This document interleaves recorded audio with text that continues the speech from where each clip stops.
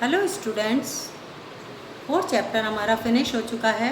अब हम इसमें दिए हुए क्वेश्चन आंसर्स को सॉल्व करेंगे।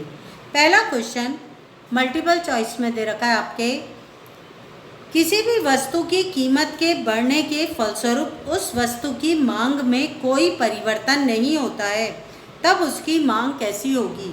कीमत में वृद्धि हो, कीमत में कमी हो, कीमत P से P1 हो गई, लेकिन मांगी जाने वाली मात्रा DD जो है सेम क्वांटिटी को दर्शा रहा हो, तो EP इक्वल टू 0 होती है।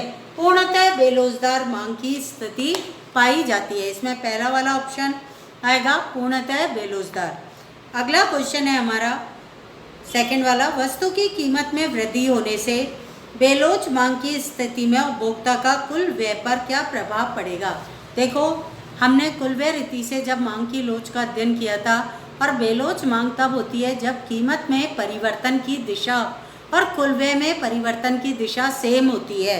जब अब बताओ, यहाँ पर क्वेश्चन दे रखा है कीमत में वृद्धि हुई तो बेलोच मांग की स्थिति में कुल व्यय क्या होगा, बढ़ेगा। स वाला ऑप्शन आएगा बच्चों इसमें। तीसरा क्वेश्चन है, ज्यामितीय विधि से मांग की लोच का सूत्र दीजिए। लोअर सेक्टर डिवाइडेड अपर सेक्टर, ए वाला ऑप्शन आएगा इसमें। अगला क्वेश्चन फोर्थ नंबर पे दे रखा है, यदि समोसे की कीमत में 10% वृद्धि होने से उसकी मांग 10% गिर जाती है, तो समोसे की मांग होगी, समोसे की मांग इकाई लोच के बराबर, शून्य लोच, इकाई लोच से अधिक, इकाई लोच से कम, इकाई लोच के बराबर ही होगी। देखो बच्चों, यहाँ पर आप कैसे निकालोगे, मांग का प्रतिशत परिवर्तन, प्रतिशत परिवर्तन कितना है, 10% डिवाइडेड कीमत का प्रतिशत परिवर्तन,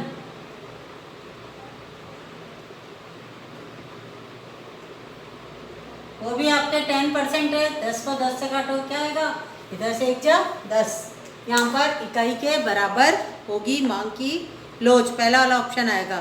बिंदु विधि से, बिंदु विधि ज्यामितीय विधि जिसे हम कहते हैं, बिंदु P पर मांग की लोच ज्ञात कीजिए। EP इज ग्रेटर देन 1 आएगी, लोअर सेक्टर ग्रेटर देन है इसमें अपर सेक्टर से, P बिंदु पर अधिक लोचदार आएगी, पहला वाला ऑप्शन आएगा।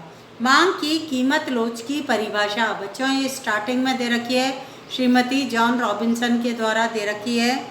श्रीमती रॉबिन्सन के द्वारा दी गई परिभाषा को आप लिख सकते हैं। यदि मांग वक्र एक्स अक्ष के समानांतर हो तो मांग की लोच कैसी पाई जाएगी।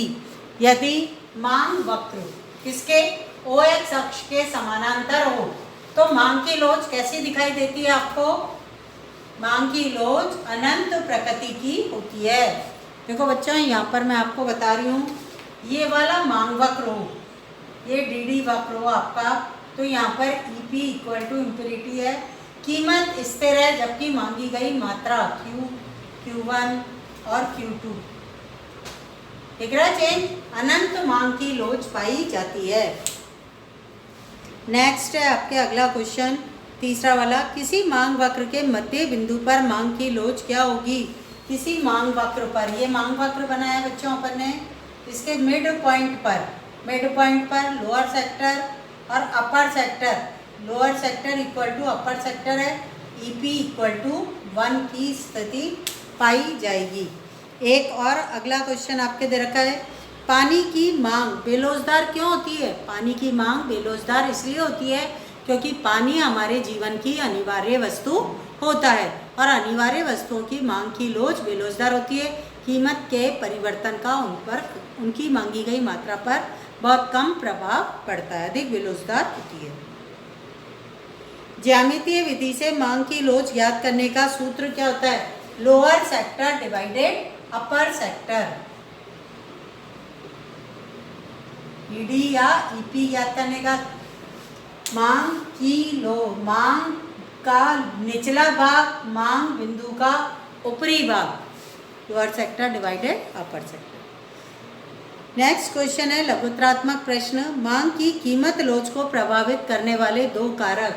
मांग की कीमत लोच को एक तो वस्तु की प्रकृति पर, जिसमें 3 वस्तुएं आ गई, और फिर प्रतिस्थापन वस्तुओं की उपलब्धता पर, जिसमें अपूर्ण और पूर्ण स्थानापन्न वस्तुएं आ गई। ये 2 कारक आप लिख सकते हैं।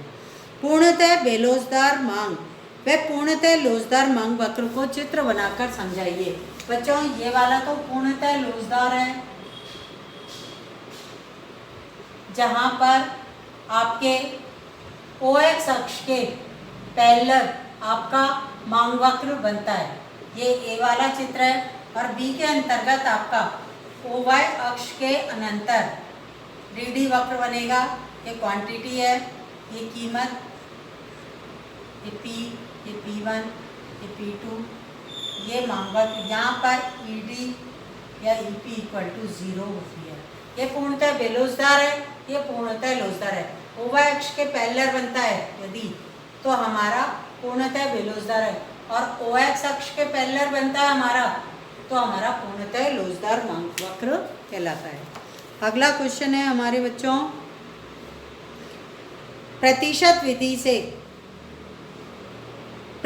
विधि से मांग की कीमत लोच कैसे ज्ञात की जाती है। क्वेश्चन मैंने आपको सॉल्व करके बुक से बताया था। मांग की लोच की विभिन्न श्रेणियों को चित्र बनाकर बताइए। नोट्स कॉपी में हम पहले ही कर चुके हैं 5 श्रेणियाँ। मांग की कीमत लोच को मापने की विधियाँ समझाइए। ये भी हम नोट्स में कर चुके हैं 3 विधियों को। और मांग की लोच के निर्धारक घटकों का विस्तार से वर्णन कीजिए। ये क्वेश्चन भी हमारे द्वारा पहले ही नोट्स में किया जा चुका है। जो हमारे ऑब्जेक्टिव, शॉर्ट आंसर और जो हमारे वेरी शॉर्ट आंसर हैं, उनको ही आपको करना है। लॉन्ग आंसर आपको कॉपी में नहीं करना, पहले ही आपके द्वारा कर लिए गए हैं। ओके, थैंक यू बच्चों।